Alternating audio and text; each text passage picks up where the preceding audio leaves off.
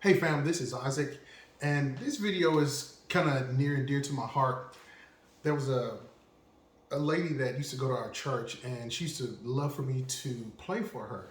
And I got the opportunity yesterday to go see her. She has a terminal illness, and so she's on hospice. And this time of year, when the hustle and bustle of the Christmas season and everybody is doing their thing, there are families out there that are really, really hurting this year.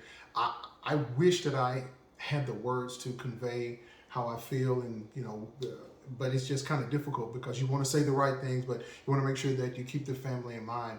But yesterday, it really did remind me that families are hurting. I got to go again. I got to go see my friend. The pastor prayed for her, and they turned to me and said, "Hey, Isaac, you want to sing?" Because she loves music, and so I got the opportunity to sing, and it was just a wonderful experience. Even it was just about 5 minutes. Again, she has a terminal disease, and so she's on morphine, and so she was kind of in and out. I don't know if she knew we were there or not. A part of me hopes that she does recognize that we were there. But more importantly, it's amazing because families this time of year have to keep this facade. And it's amazing how sometimes families keep that facade up for so long. And it is just very difficult during this time of year when there's so much happiness around you. And then all of a sudden you have this huge bout of sadness. And I just wish, again, I wish I could convey my thoughts. And it's just crazy sometimes just to think you have this dichotomy going on where so much happiness is on one side, and then so much sadness on the other side.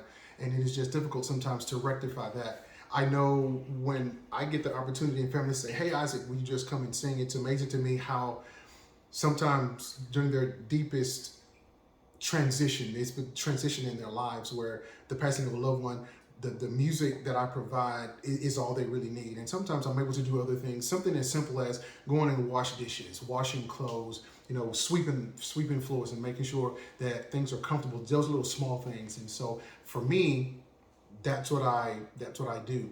And so if you're one of those people out there and you're going through a rough time, hopefully you are surrounded by a group of people that keep you lifted up, not necessarily to try to give you all the best words, but hopefully they keep you lifted up with those little smaller things, washing dishes, saying, "Hey, how you feel? Are you okay?" Making sure that your needs are met. Those of us that are on the outside looking in, I tend to shy away sometimes because I don't really know what to say. But then, what is the one thing that I know I can do? One is music. I say one. And actually it's two. It's just sort of being that out of sight servant that again washes the clothes, get those things ready so that you can really focus on your healing. And so, from someone that enjoys being out of the limelight, we are just here to lift you up. And so that's kind of sort of my contribution. And maybe this video is going all over the place because sometimes the emotions are raw, and I guess maybe for me the emotions are raw because her name is Miss Coleman, and so Miss Coleman was just a sweetheart. And I would love to hear some of maybe somebody in your family that you are really close to, that you had a tough time losing. And so, or maybe you were that person that got to help someone through that difficult transition. Again, for me, it is very difficult sometimes, but it's also very important that not to shy away from death. We know that it's going to happen, but those of us that are around, we certainly want to keep you lifted up in any way that we can. So, if you don't mind, if you have a story that you'd like for me to know, or say, "Hey, I lost my grandmother this year, and I got through it like this," I would love to hear your stories. I like to hear from our subscribers and say, "Hey, this is what I've been going through. Maybe your story can help someone else."